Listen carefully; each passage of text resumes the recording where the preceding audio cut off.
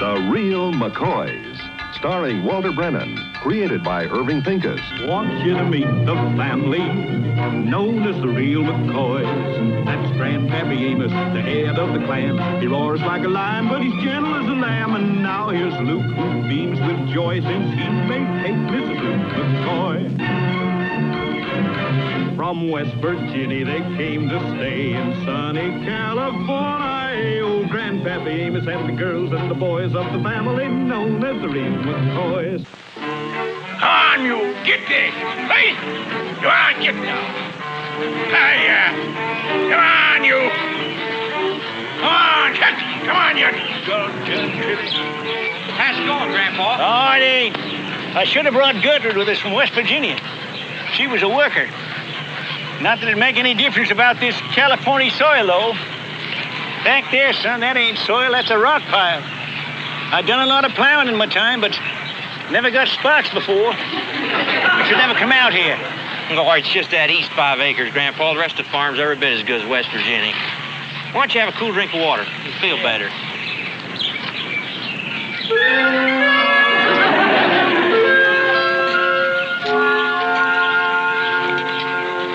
All he is an appetite. Grandpa, why don't you change your mind? Let me call that salesman and have him bring us out here a tractor. I ain't gonna plow with nothing I can't yell at. Grandpa, sometimes your head can be as hard as one of them rocks. We can't work this farm without no tractor. It's gonna take more than a tractor to make farmland out of that strip up there. And besides, we ain't got no money.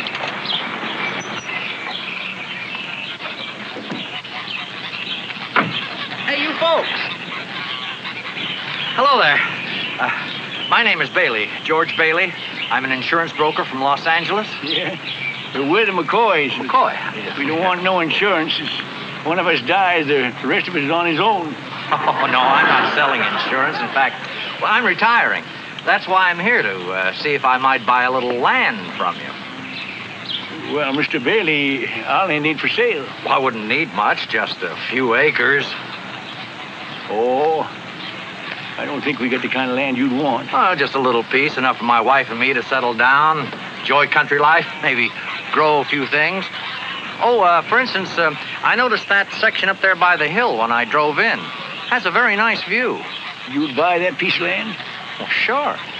For money? If the deal's right, why not? Yeah, and you expect to grow things there? Not me exactly. My wife's the one with the green thumb. Oh, she'll love it there. Yeah, mister, you must have taken leave of your senses. Mr. Bailey, there's about, I'd say, 5 acres in that parcel. Now, how much you figure you could pay for it? That is, if I agreed to sell it to you. Most I could afford would be, say, $400. $400? Well, that land won't grow weeds. That land's... Why don't you go fix the barn door? There ain't nothing wrong with the barn door. Why don't you go fix the reaper, then? We ain't got no reaper. Why don't you go buy one and bust it and then fix it? Boy's just getting over the fever. The doctor don't want to get him worked up. Like the boy says, the land is weed-free. Grandpa, I said no such thing. What I said... You're going to be back again with a fever. Excuse us.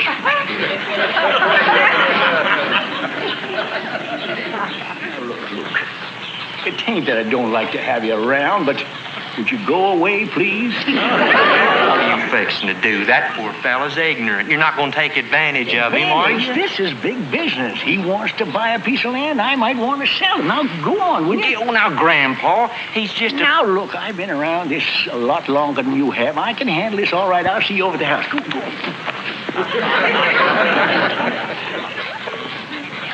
Well, Mr. Bailey, the boy does get upset about selling a piece of the farm. You know what? You know how it is. Well, of course, yes. Well, I wouldn't want to talk you into something that's against your principles. You said you'd give $400? Well, yes, that's the best I can do. Well, I don't like to sell it that cheap. You know, it is valuable land. Well, it looks like there are a lot of rocks up there. Oh, sure. That's what makes the land valuable. Why, they're just begging for rocks in the city for stepping stones and fireplaces and things like that. Rocks are the backbone of this country, you know. You take away the rocks, and what do you got left? Just do it. Well, I mean, I could talk it over with Martha. That's my wife. See if we could go a little higher, maybe up to... 600? Well... Well, you hate to sell it any cheaper than that, you know. You know, when a man gives away a piece of his farm, why, it's just like giving away a piece of yourself. Look, I'll tell you what, Mr. McCoy. 500. That's my final offer. 500, huh? That's it. Well, Mr. Bailey, you drive a hard bargain. Well, I done it. Yes, sir, I done it. Got him up to $500. $500 for a parcel of land ain't worth the powder to blow it sky high. That's what you call horse trading, son. And to clinch the deal, he's coming back with a $200 deposit. Ain't that something to sing about? What's the matter with you? Did you hear what I said? I just made us a hatful of money. It ain't right, Grandpa. What ain't right? Man wanted to buy a piece of land, I just sold it to him, that's all. Yeah, but what can he plant in it, Grandpa? How do I know what he can plant? And he can plant what he wants to. It his land. Peas, carrots, beans, beets, anything he wants to plant. Yeah, he can plant them, but will they come up? Right. Why, you cannot even grow cactus through those rocks. That's up to Bailey. Leastwise, it will be up to him after Monday when the papers is drawn up. Grandpa, I am purely shocked at you. Shocked and disappointed. Me too. I don't understand you. I don't understand none of you. Here I go out and do something that's good for the whole family, and you treat me like I was a horse thief or something. Look, the money belongs to all of us. Do you understand? All of us. Can I have mine now, Grandpa? Grandpa, we don't want no part of that money. We don't want no part of ill-gotten gains. Do we, Luke? Now let's just all sit down and have our lunch. That's right. Well, excuse me, but it wouldn't spoil the appetite if I sat down and ate with you, would it? I reckon that's a chance we ought to take. Now, Grandpa.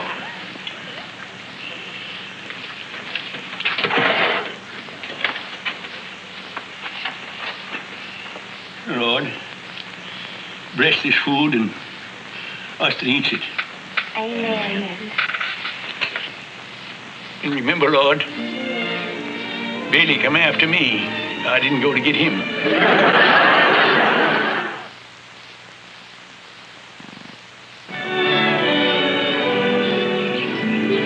Serpino, it's working. He's taking the bait. Oh, here comes trouble. But, honey, just think of the things we can do with a machine like this. But, Luke, honey, you wouldn't even want a tractor that was bought with dishonest money. Would you?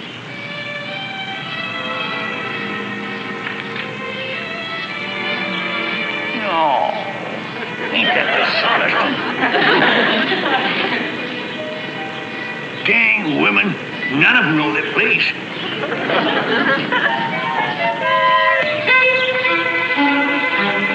No, come back here. Don't let that woman run your life. You've always been begging for a tractor. Look, honey, there's a lot to what he says. After all, we got to be thinking about ourselves. Luke, I am not going to listen to another word. You've got to make up your mind here and now. It's either me or that tractor. Kate. That's my final word. If you decide on the tractor, you can plan on sleeping in the barn tonight. Okay, leave it go, Luke. We got a cozy barn. Hey, you want to get on? Give her a whirl. I'm sorry, Grandpa. I can't. Why not? When I took them marriage vows, I said, till death do us part. Not a tractor. Well, I'm going to get on a runner myself. Well, Senor Grandpa, you don't know how to drive it. Well, there must be a book of instructions or something around. Well, you don't know how to read it. Well, you can read it for me. Hey, what's this? Oh, I'm good at reading. Oh, it says here, this machine operates on a conventional gear shift with 3 speed forward and 1 reverse. Mm-hmm. It is powered by a 4-cylinder engine, which develops in excess of 85 horsepower with a piston displacement of 220 cubic inches. Mm-hmm. What's it mean? Oh, wait. It's in Spanish here. Esta maquinaria opera con una transmisión convencional de 3 velocidades de arranque y una de reversa. Está impulsada por una máquina de 4 cilindros que produce un exceso de 85 caballos de fuerza con un desplazamiento de 220 pulgadas cúbicas. What'd you say? I still do not know. Well, if something must get it going. I'm going to try myself. Well, you better not, Grandpa. It's very dangerous.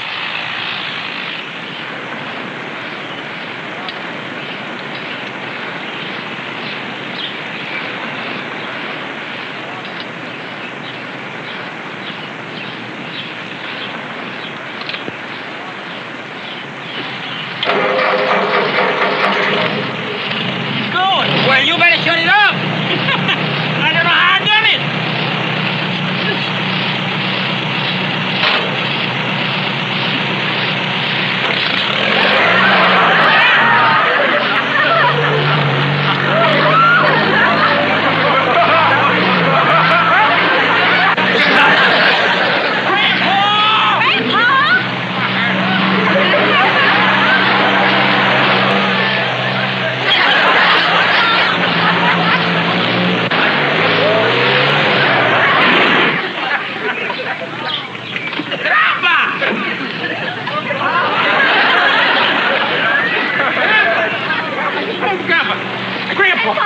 You all right?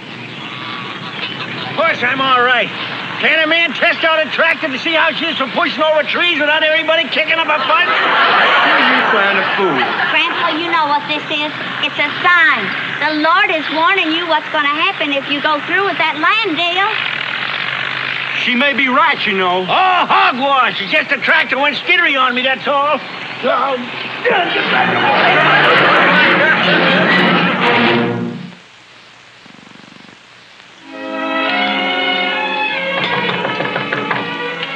Billy.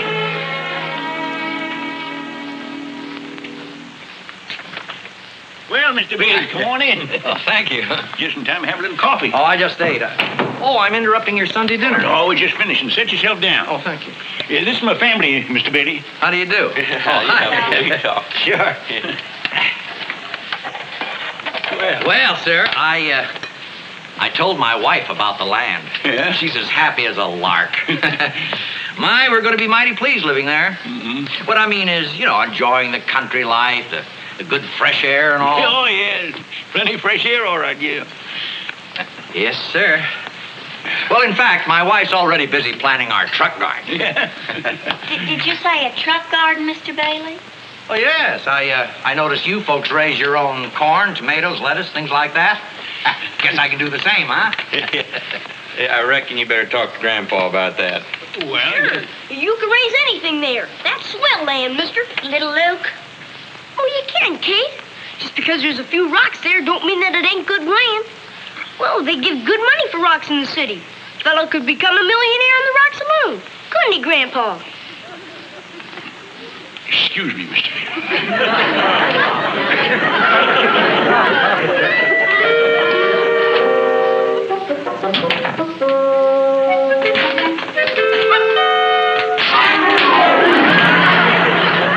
What'd you do that for? It'll learn you not to tell lies.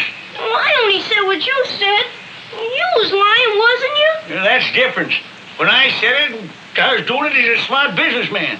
Well, I was only trying to be smart like you. I know he's trying to be like you. And then you go and hit me. Well, I guess I asked for it.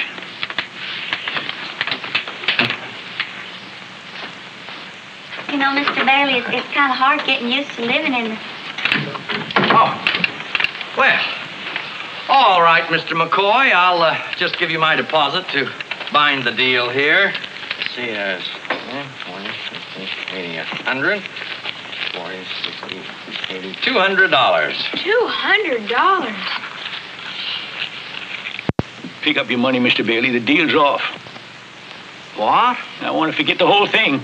Well, now, look here. Everything's been arranged. It's all settled. Now, listen, Mr. Now, McCoy. you listen to me, Mr. Bailey. That land ain't worth nothing. Why, you couldn't raise enough there to feed a squirrel. Really? Mr. Bailey, I've been fixing to cheat you. I'm ashamed of myself. I want the whole thing to stop right here. Mr. McCoy, you're an honest man. I'll be proud to have you as a neighbor. But you ain't going to be my neighbor. Oh, yes, I am. I appreciate your telling me the disadvantages, but, Mr. McCoy, we made a deal. I'm happy to hold you to it. Look, Grandpa, you told him the truth. He can't do no more than that. Sure, Grandpa. If he still wants the land now, it's fine with us. Well, I guess it's a deal. Well, fine and dandy. Well, I'll see you tomorrow, huh? 2 o'clock at the bank. Oh, thank you. So long, neighbors. Goodbye, Mr. Bailey. What's that?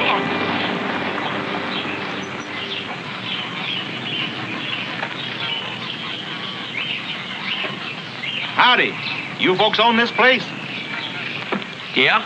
Good.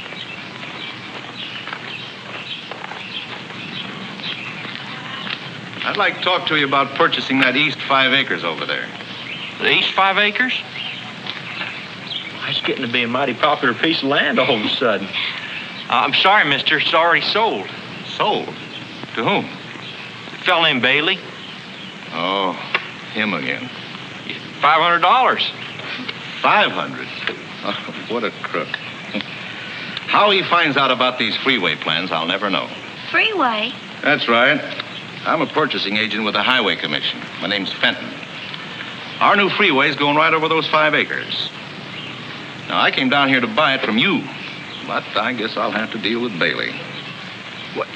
You figure this here fellow Bailey knowed about the freeway? Son, Mr. Bailey is one of the shrewdest real estate operators in the county. Well, it's too bad. I'd like to see you folks get the profit. Profit? How much do you figure there'd be? Well, I'm authorized to pay $1,500. Mister, what time is it? Why, it's almost 3 o'clock. Why? Nothing. It's too late. Grandpa's already turned over the papers by now. Well, sorry, folks. So long.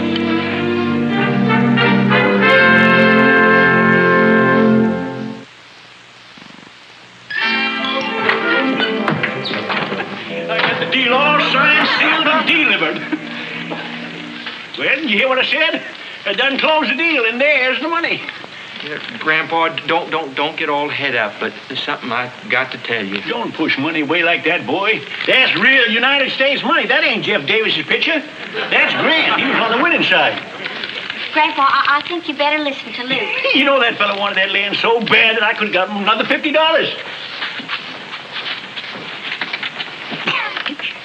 Yes, sir. Yes, sir. I do believe I could have got him up another $50 if I wanted to cheat him, that is.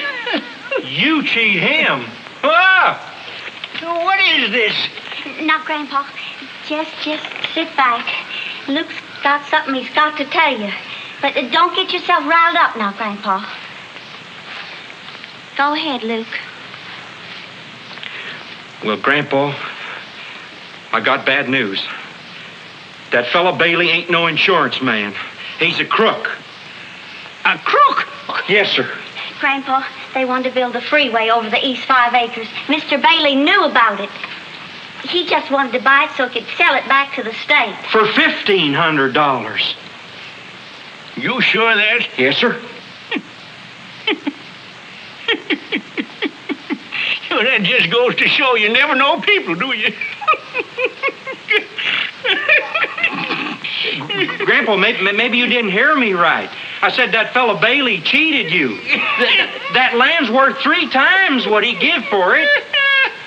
I heard you. And all the time I was fixing to cheat him, and he was a crook. And I felt so sorry for my...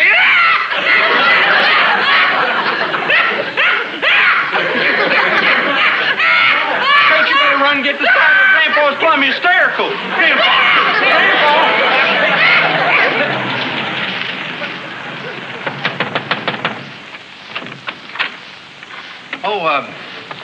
Say, Mr. McCoy, I want to talk to you. Well, what seems to be the trouble, Mr. Bailey? Well, there's plenty of trouble. There must be some mix-up here. I just read this deed. Oh, that? Well, I'll tell you. You were such an all-fired nice fella.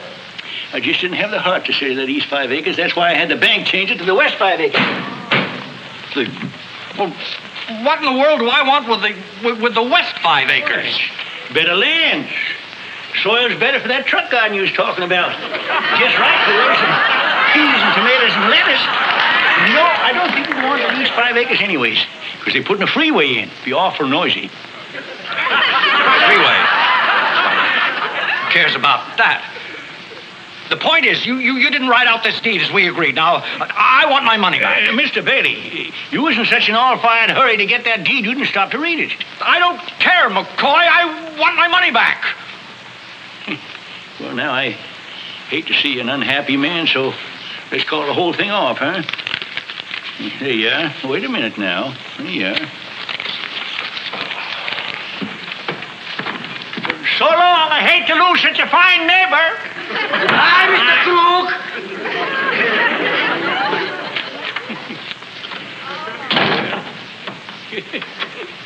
It's like all is said. The only way to live is by the golden rule. Ain't that right, little Luke? Anything you say, Grandpa.